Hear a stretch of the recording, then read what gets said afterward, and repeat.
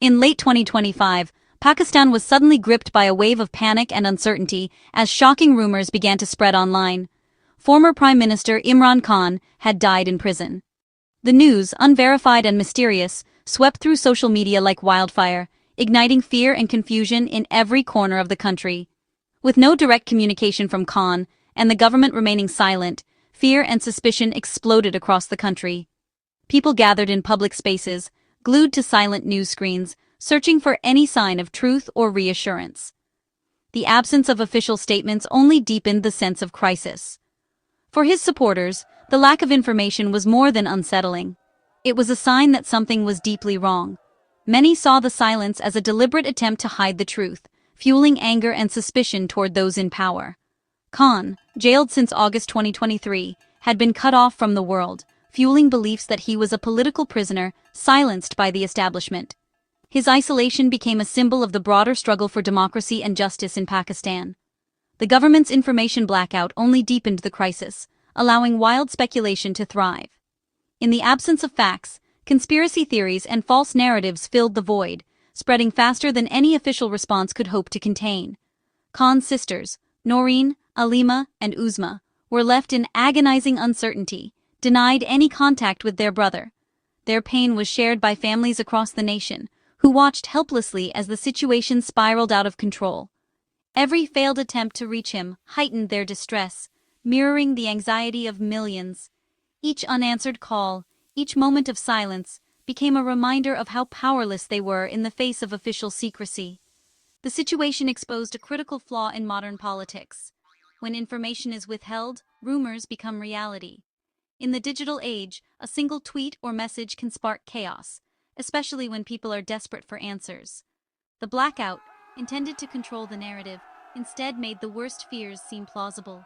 The streets filled with anxious whispers and growing anger as people demanded to know what had really happened. The absence of credible updates left people vulnerable to misinformation. Conflicting reports and wild speculation dominated the airwaves, making it nearly impossible to separate fact from fiction. The false rumors of Khan's death became a rallying cry, pushing his family and supporters to demand answers. Protests erupted in cities and towns as people called for transparency and accountability from those in power. The crisis was no longer just about one man. It was about transparency, justice, and the right to know. The nation found itself at a crossroads, questioning the very foundations of its democracy. The government's silence had backfired, turning concern into outrage. What began as a rumor had become a national movement, with people from all walks of life demanding the truth. In the digital age, the battle for truth can ignite a national crisis in moments. The power of information, and the danger of its absence, had never been clearer. The demand for transparency had never been more urgent, as Pakistan stood on the edge of a new era shaped by the struggle for truth. Imran Khan's sisters, once private figures, were thrust into the spotlight by desperation. Their lives, previously shielded from the glare of the media, suddenly became the focus of national attention as they fought for a simple, human right: to see their brother. Denied access to their brother for weeks, they faced a wall of bureaucracy and silence. Each day brought new uncertainty, as officials offered no answers, and the family's pleas were met with indifference or outright refusal. Their private anguish became a public stand as they went to Adiala Jail, not as protesters, but as family seeking proof of life.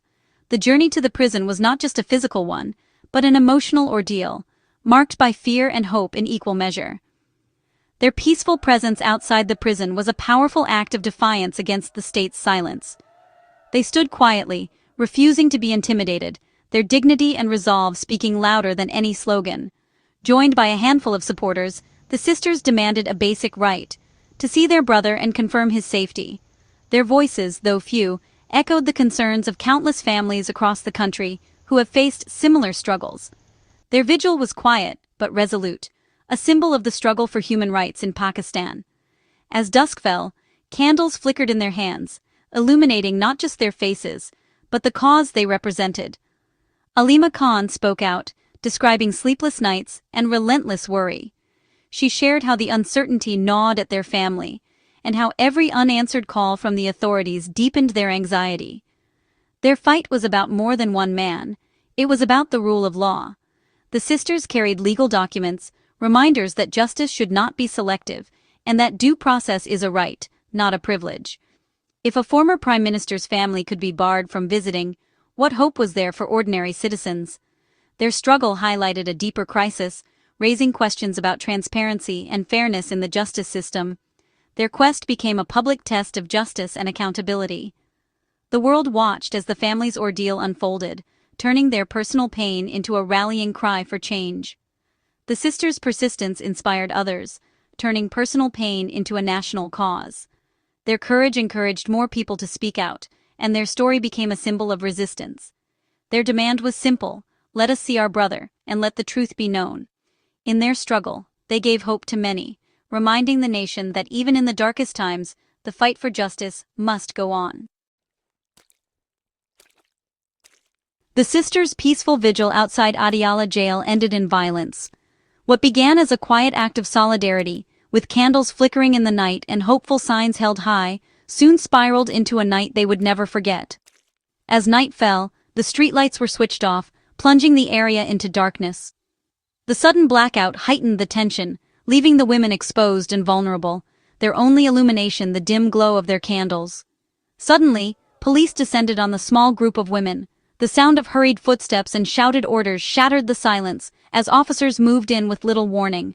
The sisters alleged they were assaulted. Noreen, at 71, dragged by her hair and thrown to the ground. Her cries for help were drowned out by the chaos, her dignity stripped away in front of her family and friends. Other women were slapped and dragged, turning a peaceful gathering into chaos. The scene quickly devolved, with confusion and fear spreading among the protesters as they tried to shield one another from the blows. The use of force against family members of a political figure sent a chilling message: dissent would be crushed. The authorities' actions seemed calculated to intimidate not just those present, but anyone who might consider speaking out. The sisters insist they were peaceful, making the violence seem punitive, not protective.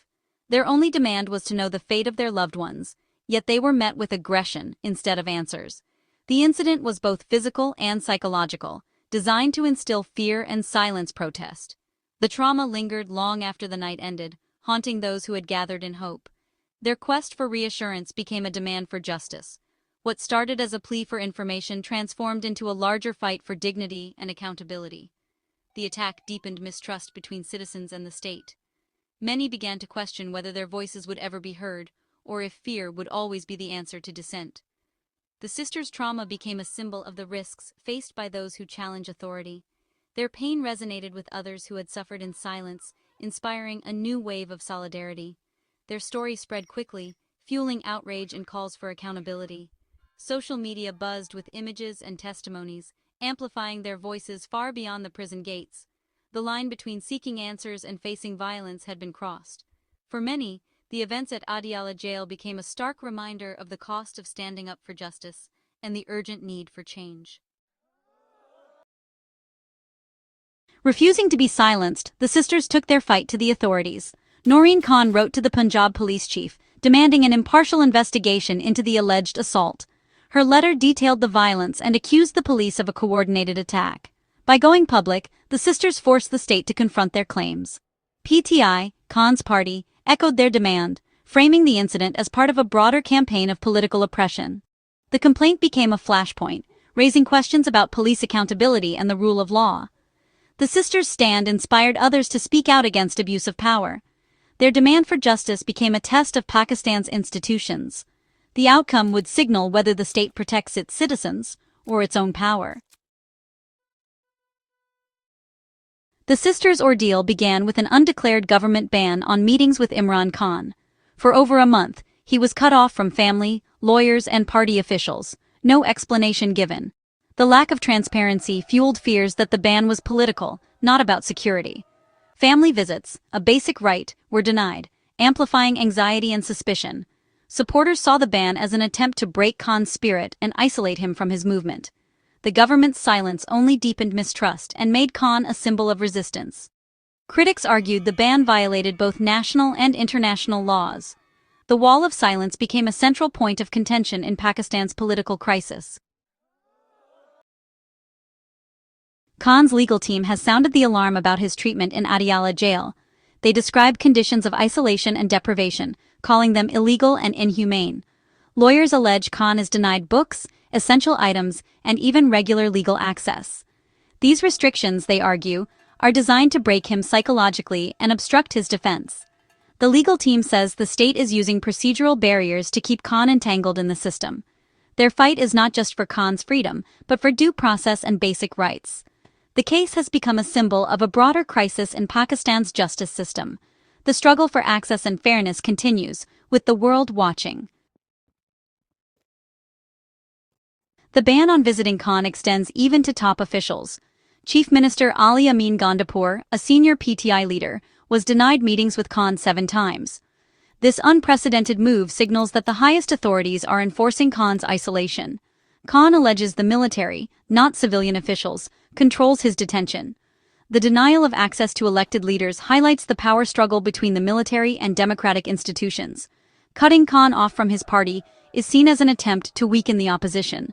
Yet, these tactics have only fueled public criticism and intensified the political divide. The struggle for access has become a public battle over who truly holds power in Pakistan. The assault on Khan's sisters and the restrictions on his visits are part of a wider crackdown on PTI. Since Khan's ouster, thousands of party members have faced arrests and intimidation. Human rights groups call it an attempt to dismantle legitimate opposition. Police have used force to suppress rallies, and journalists face harassment. The legal system is flooded with cases against PTI leaders, seen by many as politically motivated. This pattern has eroded trust in the judiciary and the state. For Khan's supporters, the events at Adiala Jail are the culmination of years of persecution. The conflict now centers on democracy, justice, and the future of human rights in Pakistan. Imran Khan's imprisonment and his sister's struggle have become a global story. At stake are human rights, due process, and the soul of Pakistan's democracy. The demand for an impartial investigation into the assault is a test for the country's institutions. Failure to act would signal that power is above the law, further eroding public trust. The world is watching, as the treatment of a former prime minister reflects on Pakistan's commitment to justice. The saga highlights the fragility of democratic institutions and the courage of those who demand accountability. The outcome will shape Pakistan's political landscape for years to come. In the end, this is about more than one man. It's about the future of justice and democracy in Pakistan.